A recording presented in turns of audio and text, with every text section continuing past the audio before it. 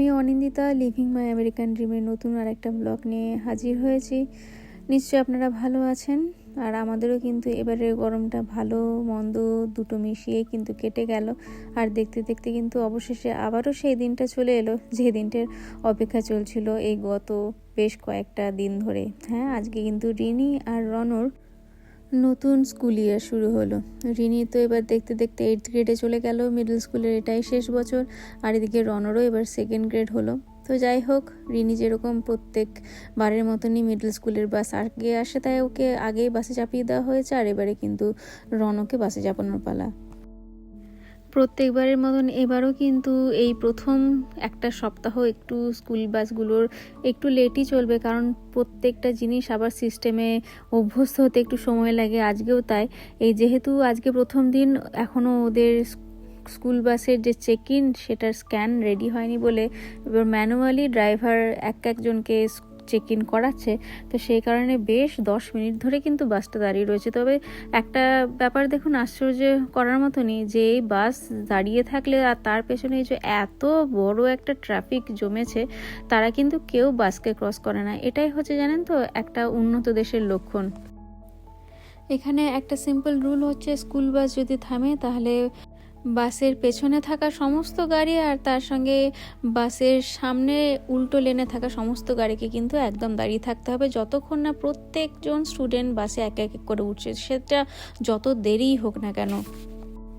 School zone, তার সঙ্গে school বাসের আর তার সঙ্গে ক্রসওয়াক, এই জায়গাগুলোতে যদি নিয়ম ভাঙে কেউ, মানে ধরুন কেউ এই বাসটাকে ওভারটেক করে চলে গেল, সেক্ষেত্রে কিন্তু প্রচুর বড় একটা ফাইন, আবার অনেক সময় লিগ্যাল কনসিকুয়েন্সেসও কিন্তু হতে পারে। কারণ উদ্দেশ্যটা তো শুধু ট্রাফিক কন্ট্রোল নয়, উদ্দেশ্য হচ্ছে একটা শিশুকে নিরাপদে বাড়ি থেকে স্কুলে আর তার সঙ্গে স্কুল থেকে বাড়িতে পৌঁছে দেওয়া। তো যাই হোক, ছেলে মেয়ে আজকে প্রায় 2.5 মাস পরে কিন্তু আবার স্কুলে গেল। আজকে প্রথম দিনটা ওদের জন্য একটু হয়তো টাফই হবে, কারণ বাড়িতে থাকতে থাকতে একটা অভ্যেস হয়ে যায়, আর স্কুলে গিয়ে তো আরেক রকম হয়। তো যাই হোক, ওরা স্কুলে গেল। আর এই মুহূর্তে কিন্তু সকালবেলা একটু গাছপালায় জল দিতে চলে এলাম। আসলে এখন বাইরে প্রচণ্ডই গরম, কিন্তু যদি এই সকালের দিকে একটু সবজিগুলো না তুলে না হয়, তাহলে প্রচুর সবজি যেগুলো আছে সেগুলো কিন্তু গাছে থেকে থেকে নষ্ট হয়ে যাচ্ছে।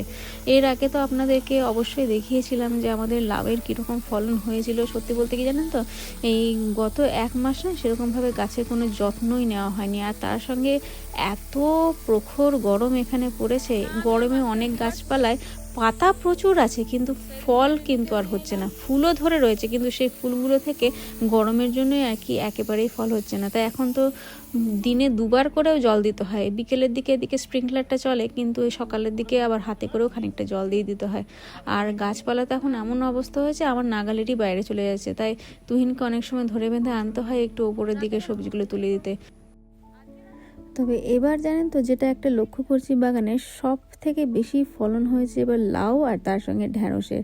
মানে লাউয়ের ফলন তো এমন হয়েছে যে আমরা হয়তো যতটা খেয়েছি তার 3 গুণ হয়তো পাড়া প্রতিবেশীকে বিলিয়ে দিয়েছি। হ্যাঁ, সত্যিই কিন্তু জানেন তো, আমরা লাউ খেতে খেতে এমন অবস্থায় এখন পৌঁছে গেছি, বাচ্চারা এখন লাউ দেখলেই আর খেতে চায় না। মানে ওদের এখন অনীহা হয়ে গেছে। তবুও আমি মাঝে মধ্যে তো নানান রকম, মানে ধোসার মধ্যে, কখনো এর মধ্যে, সাম্বারের মধ্যে ঢুকিয়ে ঢুকিয়ে ওদেরকে খাইয়েই দিই। কিন্তু তা সত্ত্বেও এত লাউ এবার হয়েছে যে একদিন পাড়ার যে হোয়াটসঅ্যাপ গ্রুপ, সেখানে মেসেজ দিলাম যে আমার কাছে এরকম 10খানা লাউ রয়েছে, কে নেবে বলো। বিশ্বাস করবেন, উইদিন 15 মিনিটস 10খানা লাউ কিন্তু উধাও। আর সেটা শুধু আমাদের পাড়া না, আশেপাশের এলাকা থেকেও মানুষজন এসেছে, কেউ কেউ 2-3টে করেও নিয়ে যাচ্ছিলো। অনেককে আমি রিকোয়েস্ট করে বললাম 3টে নিও না অন্তত, কারণ এখনও অনেকে আছে যারা কিন্তু আসছে, আমাকে তারা মেসেজ করেছে। আর দেখুন না, এখনও কিন্তু লাউয়ের শেষ নেই। 3খানা এখনও ধরে আছে, তার মধ্যে এইটা দেখছি বড় হয়েছে। এটাকে আর বড় হতে দেওয়া চলবে না, কারণ এরপরে আর খাওয়া যাবে না। ওটাকে দেখি পেরে নিচ্ছি। আর এটা অবশ্য এখন আমার হাত যাবে না, সেই আবার তুহিনের হেল্পই আমাকে নিতে হবে। তো ওদিকে ও ঢ্যাঁড়সগুলো তুলে নিক, তারপরে আমি লাউটা তুলব। আর ঢ্যাঁড়সেরও দেখেছেন এমন অবস্থা, হাত তো যায় না, ওই কোনো রকমের ডালগুলোকে বেঁকিয়ে বেঁকিয়ে সেগুলোর থেকে এখন ঢ্যাঁড়স পাড়তে হয়।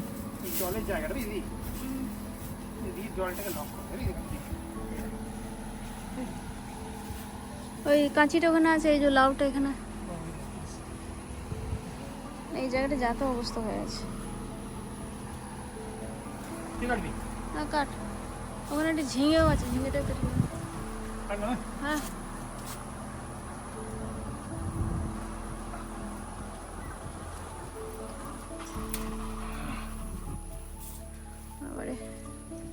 2 কেজি হবে?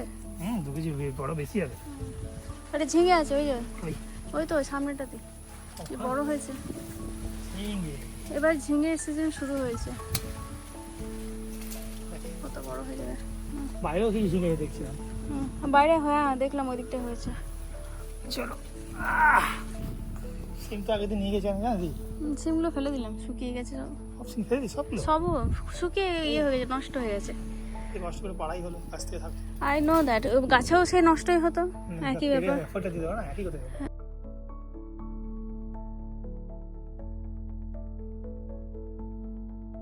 এই যে সিজনটা অগস্ট, জানি না কেন এই হিউমিডিটির জন্য হতে পারে, এক সময় মে জুনে যেমন প্রচণ্ড পরিমাণে লাউ হয়েছে, এখন কিন্তু পুরো বাগান ভরে, গাছ ভরে কিন্তু এখন এই ঝিঙে এসছে। তো ঝিঙে যাই হোক, ভালোই আর কি, ঝিঙে খাওয়া যাবে। এরপরে বললাম এইটা নিয়ে হচ্ছে 2 নম্বর বাড়িতে একটা রয়েছে। আর তাহলে এই হচ্ছে আমাদের আপাতত আজকের হারভেস্টিং। এটা ঠিকই যে কিছু কিছু খাবারের সঙ্গে কিন্তু মানুষের নাম বা স্মৃতিও কিন্তু জড়িয়ে থাকে। যেমন এখন যখনই বাগান থেকে কোনো একটা সবজি আমরা পাচ্ছি, আমি আর তুহিন শুধু নিজেদের মধ্যে আলোচনা করছি যে এই যদি বাবা থাকতো তাহলে বলতো যে বৌমা কত বড় হলো লাউটা। একবার জানেন তো, গত বছর একটা চাল কুমড়ো হয়েছিল, সেই চাল কুমড়োটার খবর আমার শ্বশুরমশাই প্রত্যেক দিন একবার করে, কত বড় হলো কত বড় হলো। আসলে উনি শেষের দিকে নিজের চোখে ভালো করে দেখতে পারতেন না, তাই হয়তো দেখতে পেতেন না বলে আরও বারবার জানতে চাইতেন যে সেটা কত বড় হলো।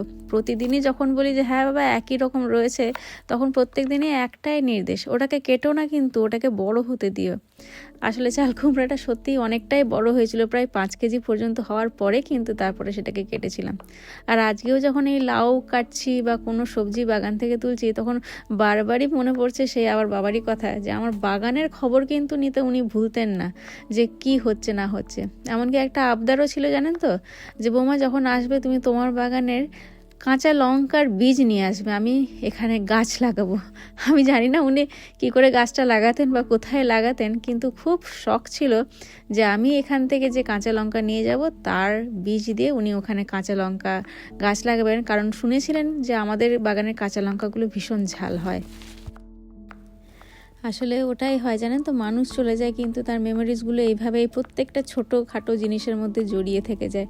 আজকে যখন এই লাউটা কাটছি আর ভাবছি যে এখন লাউ চিংড়ি বানাবো, সাথে সাথেই আবারও মনটা খারাপ হয়ে যাচ্ছে যে চিংড়ি মাছের নাম শুনলেই কিন্তু আমার প্রথমেই মনে পড়তো শ্বশুরমশাইয়ের কথা। কারণ চিংড়ি মাছ হচ্ছে ওদের বাড়ির, মানে তুহিনদের বাড়ির সব থেকে প্রিয় একটা খাবারের মধ্যে একটা, যেটা তুহিন যেমন পছন্দ করে ঠিক সেরকম তুহিনের বাবাও পছন্দ করতেন না। আর কিন্তু লঙ্কার বীজও নিয়ে যাওয়া হবে না, আর কোনো সবজিও নিয়ে যাওয়া হবে না। কিছু কিছু জিনিস যেরকম আগেও ছিল তাই হয়তো চলবে, কিন্তু মাঝখান থেকে কতগুলো মানুষ শুধুমাত্র অদৃশ্য হয়ে গেল। তো যাই হোক, আজ আর মনটাকে ভারী করব না। রান্নাবান্না করতে করতে সেই দুপুরই গড়িয়ে গেল। একটু পরে বাচ্চারা আবার স্কুল থেকে আসবে, তার আগে কতগুলো আরও বাড়ির কাজ ছোটোখাটো সামলে নিতে হবে। তাহলে চলুন আজকের মতন তাহলে ব্লগটাকে এখানেই শেষ করলাম। কেমন লাগলো ব্লগটা সেটা তাহলে অবশ্যই কমেন্ট করে জানাবেন, আর কোনো রকমভাবে যদি ভালো লেগে থাকে অন্যদের সঙ্গে শেয়ার করে আমাদের চ্যানেলটাও সাবস্ক্রাইব করে নেবেন। আপনাদের সবার সঙ্গে আবার দেখা হচ্ছে, ততক্ষণের জন্য সবাই ভালো থাকবেন আর সুস্থ থাকবেন।